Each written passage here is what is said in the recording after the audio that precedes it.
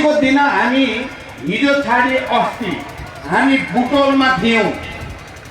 बुटोलको सभा कस्तो होला भन्ने सोच्दै हामी बुटोल चोकमा पुगेका थियौँ।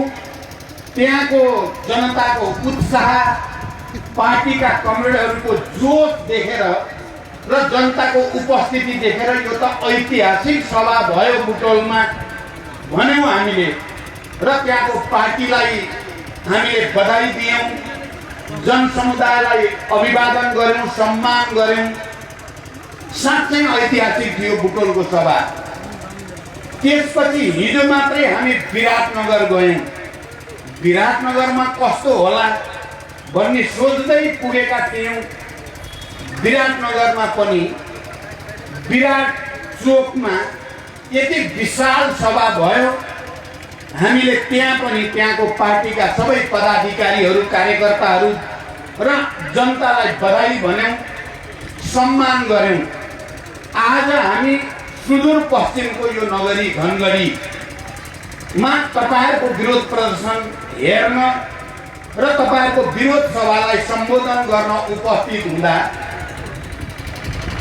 सुदूरपश्चिम र यो धनगढीमा त ती दुईटै भन्दा झन् ऐतिहासिक र भव्य भएको मैले देखेँ। म सुदूरपश्चिमका सम्पूर्ण पदाधिकारी कमरेडहरू र सबै जिल्लाका पार्टीका कमरेडहरू र तपाईँ आदरणीय जनसमुदायलाई एकचोटि फेरि सम्मान प्रकट गर्न चाहन्छु। क्रान्तिकारी अभिवादन। साथै सुदूरपश्चिमले नेपालको राजनीतिक परिवर्तनमा, लोकतन्त्र र गणतन्त्र स्थापनामा निकै ठुलो त्याग, तपस्या र बलिदानको कोटा चुक्ता गरेको छ। मलाई थाहा छ हिजो जनयुद्धमा र हिजो जनआन्दोलनमा सुदूरपश्चिमका जनताले आफ्नो ऐतिहासिक भूमिका अत्यन्त सफलताका साथ पूरा गरेको छ। त्याग र बलिदानका त्यस्ता कीर्तिमानहरू कायम गरेको छ। र आज जसरी फेरि एउटा प्रतिगमनको खतरा, प्रतिक्रान्तिको खतरा तपाईँ हाम्रो अगाडि मडराइरहेको छ, त्यो प्रतिगमनलाई परास्त गर्नको लागि तपाईँहरू फेरि एकचोटि जुर्मुराएको देखेर मलाई गर्वको महसुस भएको छ। म तपाईँहरू सबैलाई बधाई भन्न चाहन्छु, तपाईहरु सबैलाई धन्यवाद भन्न चाहन्छु र तपाईको यो पहल कदमीको सन्देश देश र संसारमा पुर्याउने प्रतिबद्धता पनि व्यक्त गर्न चाहन्छु। सुदूरपश्चिमका जनता महान छन्। दुनियाँको कुनै ताकतले, कुनै तानाशाह र निरङ्कुश तत्त्वहरूले यी जागिसकेका जनतालाई झुकाउन सक्ने छैन। सुदूरपश्चिम झुक्दैन भन्ने सन्देश मेरो तर्फबाट संसारभरि र देशभरि पुर्याइने छ। यो विश्वास म तपाईहरुलाई दिलाउन चाहन्छु। तपाईहरुले सुनिसक्नुभयो, केपी ओली पार्टीको केन्द्रीय समितिमा 1/3 पनि उहाँको पुगेको छैन। स्थायी समितिमा 1/3 पनि छैन। उहाँले अलिकति बढी घमण्ड गर्नुहुन्थ्यो, सडकमा मेरो हुन्छ भन्ने गर्नुहुन्थ्यो। अस्ति यहाँ धनगढीमा आएर सभा गरेपछि उहाँको फुर्ती अलि बढेकै थियो। तर अहिले तपाईँ सडकमा पनि 1/3 हो केपी ओली भनेर फुच्चे बनाइदिनु भयो। त्यसको लागि पनि म तपाईहरुलाई धन्यवाद भन्न चाहन्छु।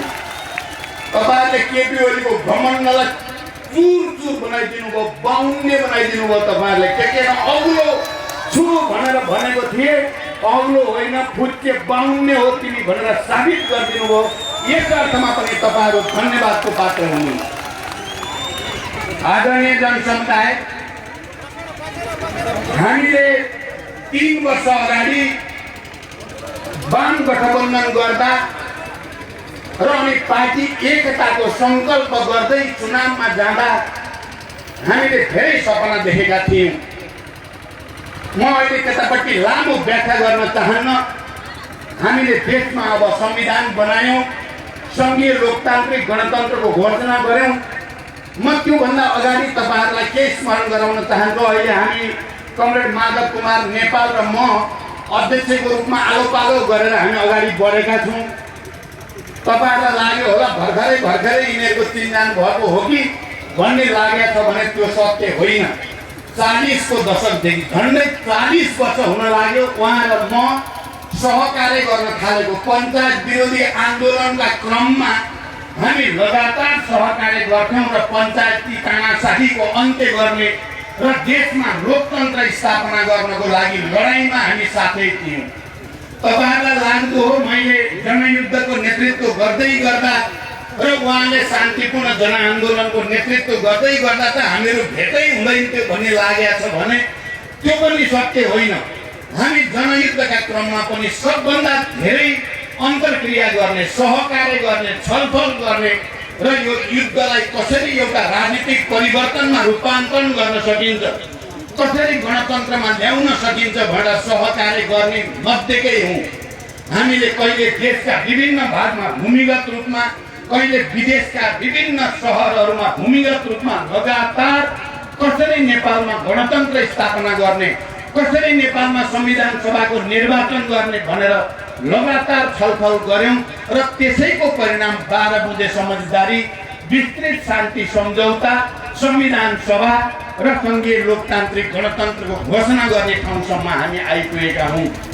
म तपाईं सुदूरपश्चिमका सम्पूर्ण महान नेपाली दिदीबहिनी दाजुभाइहरूलाई यो कुराको जानकारी गराउँदै 3 वर्ष अगाडि अब हामी यो देशमा संविधान पनि बन्यो, संघीय लोकतान्त्रिक गणतन्त्र पनि भयो। अब के चाहियो नेपाली जनतालाई भन्दा हामीले सोच्यौं अब राजनीतिक स्थायित्व चाहियो, विकास निर्माण र समृद्धि चाहियो, सबै जनतालाई समान अधिकार चाहियो, त्यो अधिकारको सबैले उपभोग गर्ने वातावरण चाहियो। त्यसकारण म नै त्यस्तो पात्र हुँ जसले सबभन्दा पहिला वाम गठबन्धनको प्रस्ताव लिएर तत्कालीन नेकपा एमालेको अध्यक्षका रूपमा रहेका केपी ओलीसँग प्रस्ताव लिएर म गएको हो। वाम गठबन्धन गरौँ, पार्टी एकतातिर जाने हामीले संकल्प गरौँ र मिलेर चुनाव लडौँ भनेर प्रस्ताव लैजाने पहिलो व्यक्ति म हो। तपाईहरुलाई साथ थाहा होला उहाँले पहिला वाम गठबन्धन गरौँ र पार्टी एकताको संकल्प गरौँ भन्दासम्म त उहाँले त्यति जाँगर देखाउनु भएको थिएन, त्यति उहाँको अनुहारमा ठिक छ गठबन्धन गरौँ पार्टी एकता गरौँ भन्ने देखिएको थिएन। तर मैले फेरि पनि यदि तपाईँ वाम गठबन्धन गरेर चुनाव लड्न तयार हुनुभयो, पार्टी एकता गर्न तयार हुनुभयो भने अर्को पटक पनि म तपाईलाई प्रधानमन्त्री प्रस्तावित गर्नेछु भनेपछि मात्रै बल्ल उहाँमा जाँगर आयो र उहाँले प्रधानमन्त्री प्राप्त गर्ने भएपछि मात्रै गठबन्धन गर्न तयार हुनुभयो। कहीँ पनि हामी तयार हुनुभयो, राम्रै कुरा भयो। अब गठबन्धन हुन्छ र अनि पार्टी एकताको संकल्प गरिन्छ। यो गठबन्धन र पार्टी एकताबाट देशमा राजनीतिक स्थिरता आउँछ, स्थायित्व आउँछ, शान्ति र समृद्धिको एउटा नयाँ आधार बन्छ। 5 वर्ष सरकार चल्छ एउटै पार्टीको र अगाडि जाला भन्ने विश्वासको साथ हामीले वाम गठबन्धन गरेका थियौँ। तपाईहरुलाई थाहा छ त्यो गठबन्धनको बेलामा हामीले जो चुनावी घोषणापत्र, साझा घोषणापत्र तयार पार्यौं, त्यो साझा घोषणापत्रमा हामीले नेपाली जनतालाई के दिन्छौँ? हामीले किसानहरूलाई उत्पादन वृद्धि गर्ने, महँगी घटाउने, किसान पेन्सनका कुरा गर्ने र किसानहरूलाई आधुनिक खेती प्रणालीद्वारा उनीहरूको जीवनमा एउटा नयाँ बिहानी ल्याउने कुरा हामीले घोषणापत्रमा गर्यौं। हामीलाई विश्वास थियो यो गठबन्धन र पार्टी एकतापछि हामीले किसानहरूको अनुहारमा एउटा उज्यालो ल्याउनेछौँ, किसानहरूका घर झुप्रामा एउटा नयाँ बिहानी आउनेछ, समृद्धिको, सुखको र प्रगतिको, विकासको एउटा नयाँ युग सुरु हुनेछ भन्ने हामीले सोचेका थियौँ। हामीले सोच्यौँ यो देशमा लामो समयदेखि नेपालका विभिन्न भाषा, भाषी, क्षेत्र, वर्ग, समुदायको बीचमा विभेद, अपमान र अत्याचार चल्दै आयो। थारूहरूलाई, मधेसीहरूलाई, आदिवासी जनजातिहरूलाई, दलितहरूलाई, महिलाहरूलाई, सुदूर पश्चिमलाई, कर्णालीलाई विभिन्न रूपले विभेद गरियो, राज्यको तर्फबाट जहिले पनि सौतेनी व्यवहार गरियो। अब त्यस्तो हुने छैन। वाम गठबन्धन र कम्युनिस्ट पार्टीको नेतृत्वको सरकारले संविधानमा जे व्यवस्था गरिएको छ, समावेशी लोकतन्त्रको र अनि समानुपातिक प्रतिनिधित्वको जो व्यवस्था गरिएको छ, त्यो व्यवस्था अनुसार अब के मधेसी, के आदिवासी जनजाति, के थारू, के सेती महाकाली सुदूरपश्चिम, के कर्णाली, सबैतिरका जनतालाई, के दलित, के मुस्लिम, के पहाडी, के हिमाली, सबैलाई समान अधिकार प्राप्त हुनेछ, हामी दिनेछौँ भन्यौँ। हामीले भन्यौँ वृद्ध वृद्धालाई हामीले न्यूनतम महिनाको 3000 को दरले हामी उनीहरूलाई राहत उपलब्ध गराउने छौँ भन्यौँ। हामीले नेपालमा उद्योग व्यवसायको विकास गरेर निजी क्षेत्र र सहकारी र सार्वजनिक क्षेत्रको साझेदारीबाट लाखौं लाख युवाहरूलाई रोजगारी सृष्टि गर्ने र विदेशका गल्ली गल्लीमा अपमानको जीवन बिताउन बाध्य भएका हाम्रा भाइ बहिनीहरूलाई देशभित्रै फर्काउने र ठुल्ठुला उद्योगहरूमा, ठुल्ठुला व्यवसायहरूमा उनीहरूलाई रोजगारी दिने कुरा गर्यौँ। हामीले घोषणापत्रमा हामीले त्यो लेख्यौँ। नेपाली महिलाहरूलाई समानताको अधिकार 31% को अधिकार त संविधानले नै सुनिश्चित गरेको छ। अब महिलाहरूलाई जीवनका हरेक क्षेत्रमा समान अवसर दिने कुरा गर्यौँ। हामीले दलितहरूलाई विशेषाधिकार या आरक्षणको रूपमा उनीहरूलाई विशेष सुविधा दिने र उनीहरूको व्यवसायलाई आधुनिकीकरण गर्ने कुरा गर्यौँ। हामीले जडीबुटी, जलविद्युत जस्ता हाम्रा अपार सम्पदाहरूको सदुपयोग गरेर यो देशलाई संसारको सुन्दर देश त छँदै छ, यसलाई एउटा समृद्ध देशमा बदल्ने, यसलाई एउटा सुनको टुक्रो जस्तो बनाउन सकिन्छ। 5 वर्षभित्रै हामीले त्यस्तो जग बसाउने सपना देखेको हो। आदरणीय जनसमुदाय, हामीले त्यही सपना देखेर मैले जीवनमा धेरैचोटि तपाईँहरूको अगाडि उभिएर भनेको छु। यो सुदूरपश्चिममा आएर पनि यो मञ्चबाट धेरै पटक तपाईँहरूको अगाडि भनेको छु, सुदूरपश्चिमलाई जसरी सामन्ती निरङ्कुशतावादी राज्यले जहिले पनि विभेद गर्यो, अब त्यस्तो हुने छैन। मैले सुदूरपश्चिम विश्वविद्यालय स्थापना गर्दा होस् या सुदूरपश्चिममा वेस्ट सेती मैले आफ्नै नेतृत्वमा त्यति बेला पोष्टबहादुर बोगटी ऊर्जा मन्त्री हुँदा वेस्ट सेती सुदूरपश्चिमको विकास र समृद्धिको निम्ति एउटा ठुलो कोसे ढुङ्गा हुन सक्छ भनेर मैले जोड गरेर त्यसलाई सहमतिमा लैजाँदा होस् या सुदूरपश्चिमका अरू पूर्वाधार विकासका कुरामा पनि जे जोड दिएको थियो मैले, किन त्यसो मेरो मनमा आइराख्थ्यो भने सुदूरपश्चिमले शान्ति सम्झौता गर्ने बेलामा, शान्तिको आधार तयार पार्ने बेलामा गणतन्त्र स्थापनाको निम्ति जो त्याग र बलिदान गरेको थियो, म ऋणी छु। म त्यसको नेताको हुनुको नाताले मैले सुदूरपश्चिमलाई केही नयाँ चिज दिनै पर्छ भन्ने म भित्र एउटा छटपटी थियो।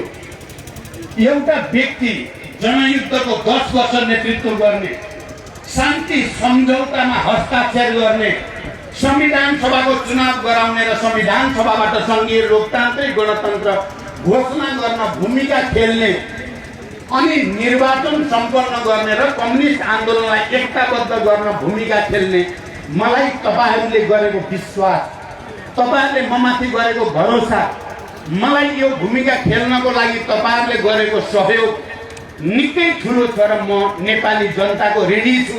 नेपालका ती जनता जो विभेद र उत्पीडनमा परे तिनीहरूको ऋणी छु भनेर मैले पार्टी एकताको निम्ति पहल गरेकै हो। तर आज 3 वर्ष नपुग्दै आफैले प्रस्तावित गरेको प्रधानमन्त्री, आफैले बनाएको अध्यक्ष अघि यहाँ कमरेडहरूले राखिसक्नुभयो, जसलाई एउटा नायकको रूपमा चित्रित गरिएको थियो।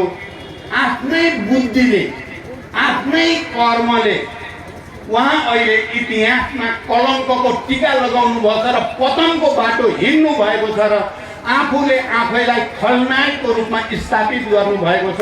यो भन्नुपर्दा मलाई कुनै खुसी छैन, दुःख छ।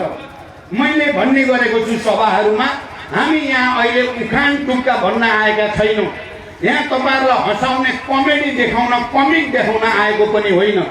हामीले अहिले देशको राजनीतिक परिस्थिति जो दुर्घटनाग्रस्त हुँदैछ त्यसलाई कसरी बचाउने, दुर्घटनाबाट देशलाई कसरी बचाउने, जनताको विकास र समृद्धिको सपना कसरी पूरा गर्ने भन्ने बारेमा तपाईहरुसँग छलफल गर्न, तपाईहरुसँग अन्तर्क्रिया गर्न, तपाईहरुलाई अपील गर्न हामी यहाँ उपस्थित भएका छौं। हामी गम्भीर छौं। आदरणीय जनसमुदाय, म अब दुई चारवटा मुख्य कुरातिर तपाईहरुको ध्यान आकर्षण गर्न चाहन्छु। केपी ओलीले भनिएको छ संसद विघटन गरे। संसद विघटन गर्ने कुनै अधिकार संविधानले दिएको छैन। संविधान अनुसार प्रधानमन्त्रीले 5 वर्षसम्म विशेष स्थिति संसद भित्र कुनै विकल्प बाँकी रहेन भने मात्रै, संसदले अर्को सरकार दिनै नसक्ने स्थिति भयो भने मात्रै विघटनको बाध्यता आउँछ। तर अहिले त्यस्तो कुनै स्थिति छैन। संविधानले संसद विघटनको कुनै अधिकार प्रधानमन्त्रीलाई दिएको छैन। तर उहाँले जबरजस्ती गर्नुभयो। मैले संसदीय दलको बैठक, जुन संसदीय दलको बैठकले मलाई दल नेता निर्वाचित गर्यो, त्यसमा मैले भनेको थिएँ, साथी हो केपी ओलीले संसद मर्यो भनेर घोषणा गरेका छन्, तर संसद मरेको छैन। संसद जीवितै छ। हामी मरेका छैनौं, हामी जीवितै छौं।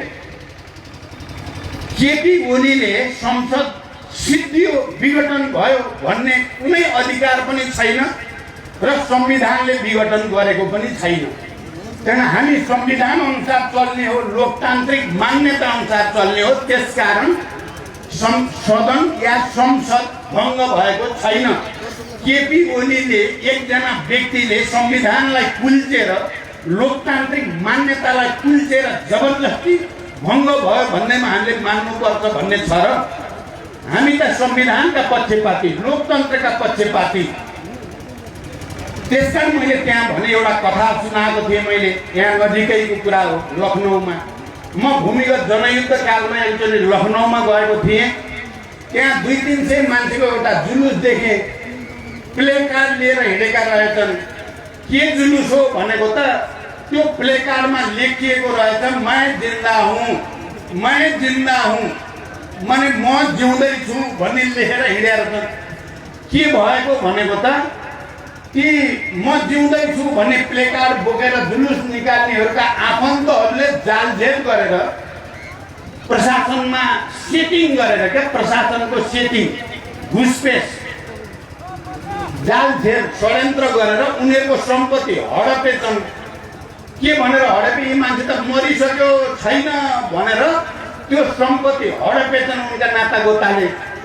अनि प्रशासनमा जाँदा श्रेष्ठता हेर्छन्, कागज पल्टाएर, फाइल पल्टाएर हेर्दा त मरेको भन्ने छ, मरेको प्रमाणित गरेको छ। अनि त्यो जिउँदा मान्छे प्रशासनमा जाँदा तपाईँ त मरिसक्नु भएको छ भनेर त हाकिमहरूले, होइन मै हो, म जिउँदै छु, कसरी मर्यो भनेको भन्दाखेरि होइन, कागजले भन्नु पर्यो नि, तपाईँ जिउँदै, हामीलाई के थाहा तपाईँको हो, तपाईँ त मरिसक्नुभयो भनेर छन्। अहिले हाम्रो संसदको स्थिति त्यस्तै छ भनेको थिएँ मैले। केपीले त मर्यो भने जालझेल गरेर सेटिङ गरे भनेको छन् उनले। उनको सेटिङले श्रेष्ठता मिलाए होलान्, तर हामी जिउँदै छौँ। त्यसकारण संसद भङ्ग भएको छैन। भङ्ग भएको भनेको चाहिँ केपी सरकार हो। केपी सरकार विघटन भयो भन्ने मेरो भनाइ छ। मैले अर्को के भनेको छु भने, अहिले यो मुद्दा सर्वोच्च अदालतमा छ। हामीले सर्वोच्च अदालतले संविधानलाई राम्रोसँग बुझ्छ भन्ने हामीलाई विश्वास छ। लोकतान्त्रिक मान्यतालाई बुझ्छ, संविधान हेरेर निर्णय गर्छ भन्ने विश्वास छ। यदि सर्वोच्च अदालतमा यो मुद्दा हुँदैन थियो भने हामी सदन बोलाउँथ्यौँ। हामी संसदको बैठक बसेर संसदको बैठकबाट केपी ओलीलाई कारबाही गर्ने ताकत हामीसँग छ। यो कुरा म तपाईहरुको अगाडि राख्न चाहन्छु।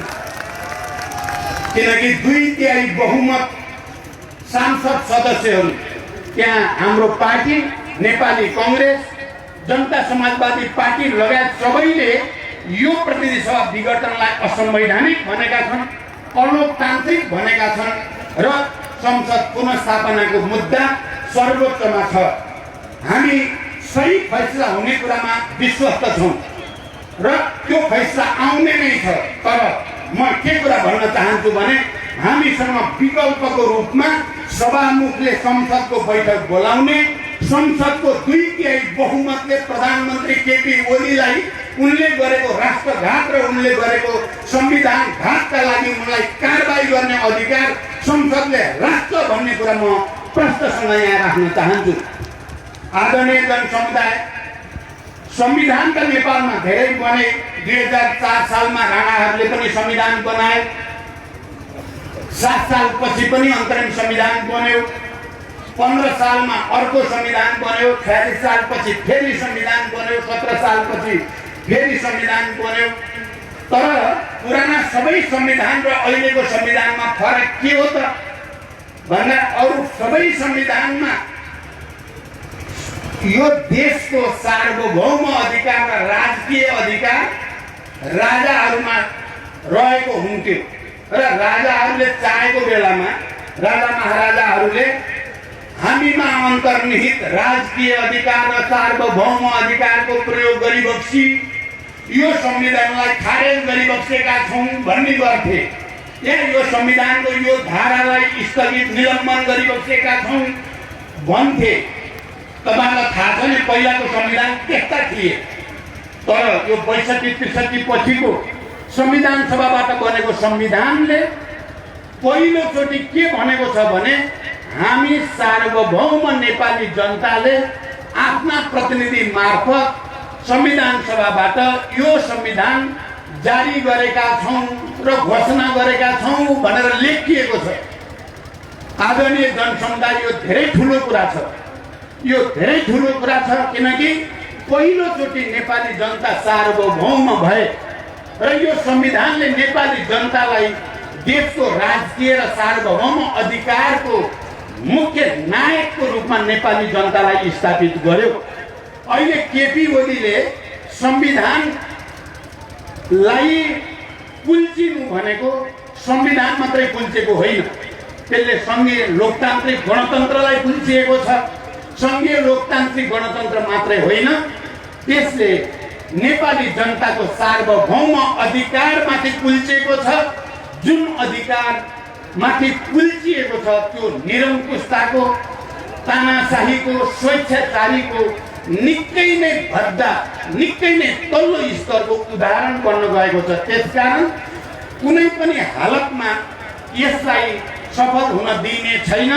मैले चाहे बुटोलमा होस्, चाहे विराटनगरमा होस्, चाहे काठमाडौँमा आज तपाईँ सुदूरपश्चिमका जनताको यो विशाल उपस्थितिमा पनि म के भन्न चाहन्छु भने हामी नेपाली जनताले 250 वर्ष पुरानो सामन्ती शाहवंशीय राजतन्त्रलाई परास्त गर्यौँ। उनीलाई दरबारबाट निकालेर नागार्जुनको जङ्गलमा हामीले नै पुर्याएको। आदरणीय जनसमुदाय, हामीले 2100-2200 वर्ष पुरानो निरङ्कुश तन्त्रको नेपालको इतिहासलाई बदलेर गणतन्त्रको युगमा प्रवेश हामीले नै गराएको। तपाईँ हामी आम नेपाली जनताको पहलले नै पुर्याएको हो भने अहिले केपी ओली जस्ता कम्युनिस्ट पार्टीभित्र घुसेका सामन्तका एजेन्ट, दलाल पुँजीपतिका एजेन्टहरूलाई हामीले 3 महिनाभित्र हामीले उनलाई उनको निरङ्कुशतालाई परास्त गर्नु छ। देशमा फेरि संविधानलाई ट्र्याकमा ल्याउनु छ। तथाकथित उनले बनाएको सेटिङलाई जनताको सेटिङद्वारा भत्काइदिनु छ र नयाँ युगतिर, फेरि विकासको युगतिर, फेरि नेपाली जनताको सार्वभौम अधिकारलाई स्थापित गर्दै जनताको विकास र समृद्धिको एउटा नयाँ युगतिर हामी लिएर जानु छ। मैले धेरै ठाउँमा भनेको छु। हुन त मलाई ठाउँ-ठाउँमा प्रश्न सोधिएको छ, यहाँ पनि सोधियो।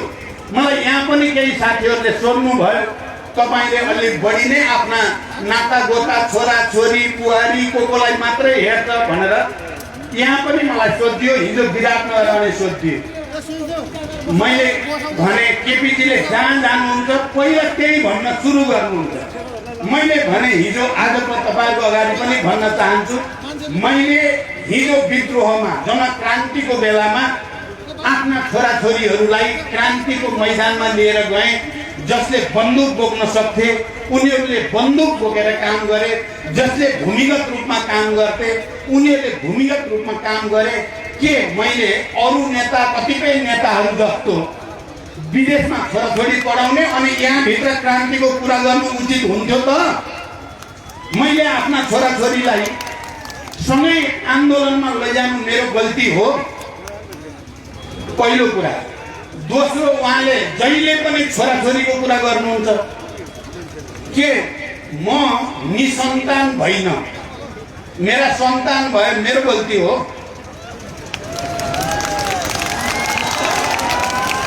मलाई दोष दिन मिल्छ?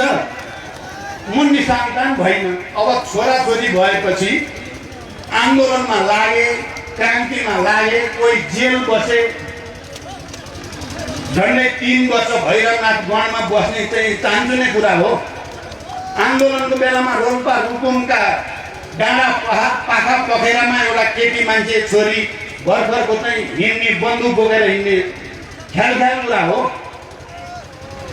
अनि त्यो चाहिँ नदेख्ने। अब छोराछोरी भएपछि त जवान भएपछि बिहा हुन्छ, बिहा भएपछि ज्वाइँ हुन्छ,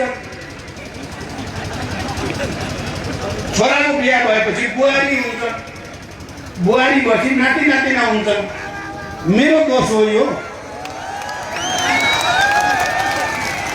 मैले के भन्ने गरेको छु भने जनक्रान्तिमा हजारौं शहीदहरू भए। ती महान शहीदहरू, तिनका सपनाहरू छन् यो देश समाजवादतिर जाओस्, जनवादतिर जाओस् भन्ने सपना देख्दै उनीहरूले हाँसी हाँसी आफूलाई बलिवेदीमा उतारेका छन्। तिनको सपना पूरा गर्नु छ हामी बाँचेकाहरूले। अनि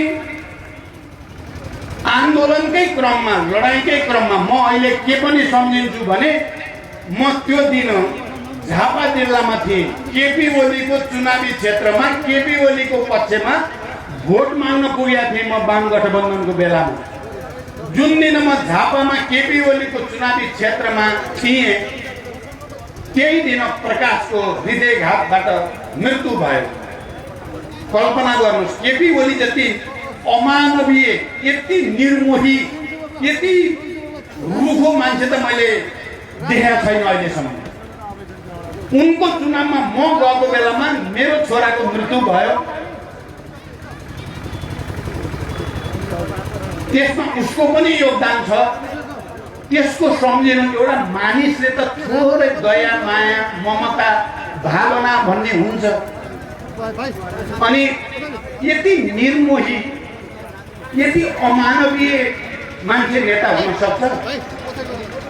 म त सक्दिनँ। मैले के भनेको छु भने यो सबै त्याग र बलिदानको हाम्रा ती हजारौं बेपत्ता योद्धाहरूका, उनका परिवारहरूका सपनाहरू छन्, घाइते अपाङ्गका सपनाहरू छन्। तिनलाई पुरा गर्नको लागि क्रान्तिको बाटोमा प्रतिगमनका विरुद्ध, प्रतिक्रान्तिका विरुद्ध म आफ्नो अन्तिम साससम्म लडिरहेको भएर म लडाइँको मैदानमा फेरि उत्रेको छु। तपाईँहरूको अगाडि तपाईँहरूले देख्नुभएको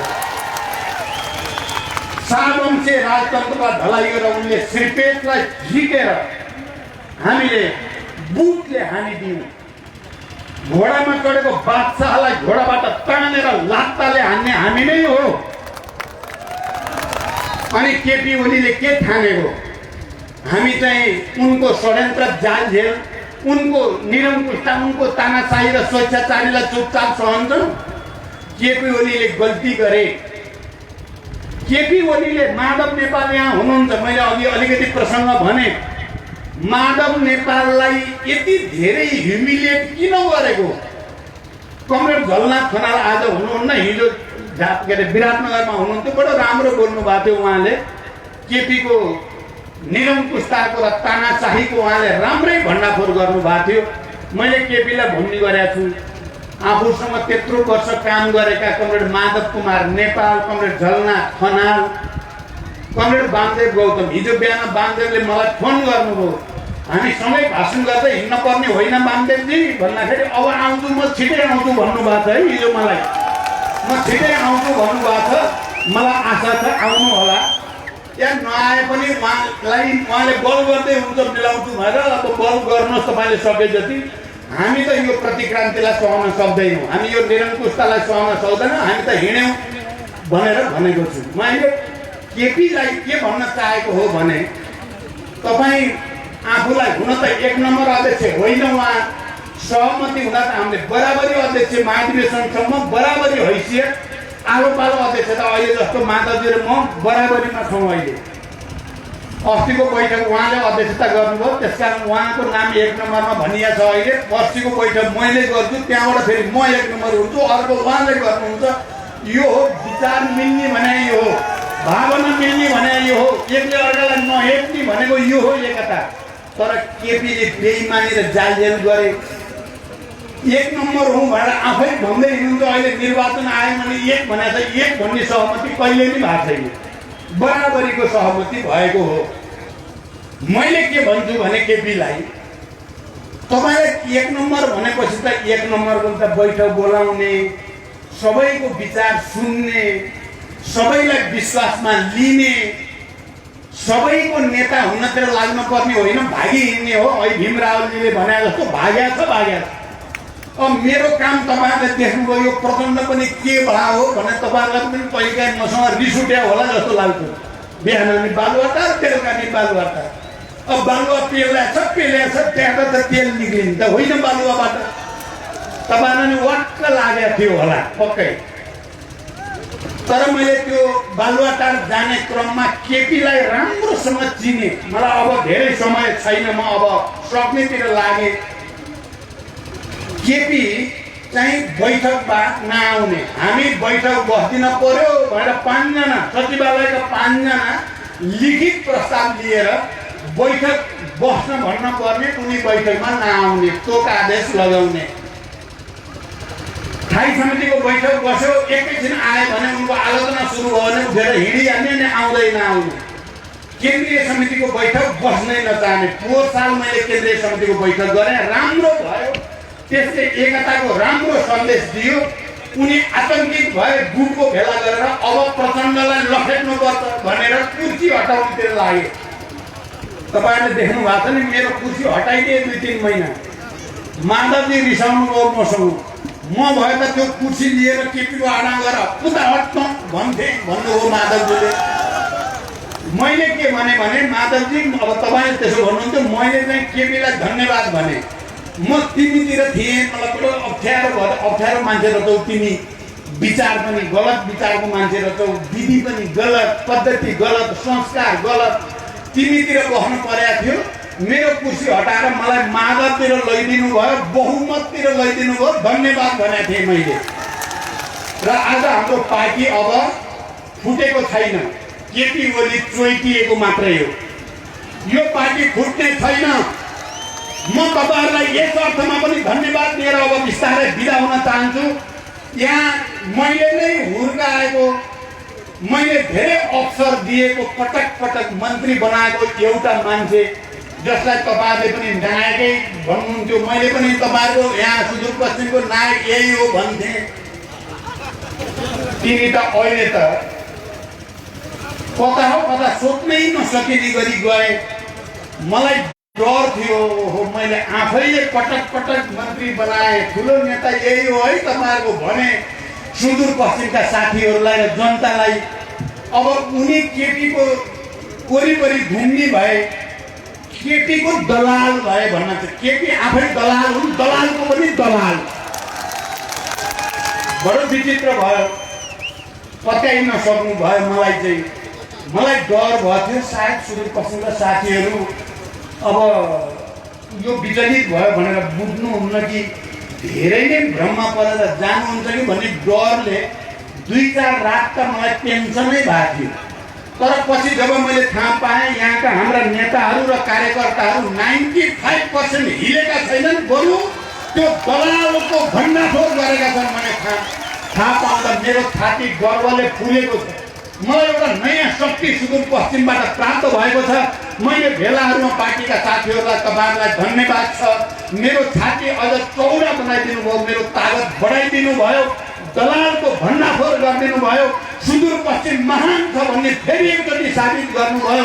आज तपाईँ जनसमुदायलाई पनि म हार्दिक बधाई भन्न चाहन्छु, तपाईँहरूप्रति गर्व गर्न चाहन्छु। चाहन्छु, सम्मान गर्न चाहन्छु र तपाईँको हितको पक्षमा अन्तिम साथसम्म लडिराख्ने प्रतिज्ञा गरेर म बिदा हुन्छु। धन्यवाद, अभिवादन। आदरणीय अध्यक्ष कमरेडलाई हार्दिक धन्यवाद। यसपछि म पार्टी प्रवेश कार्यक्रम जोड्न गइरहेको छु।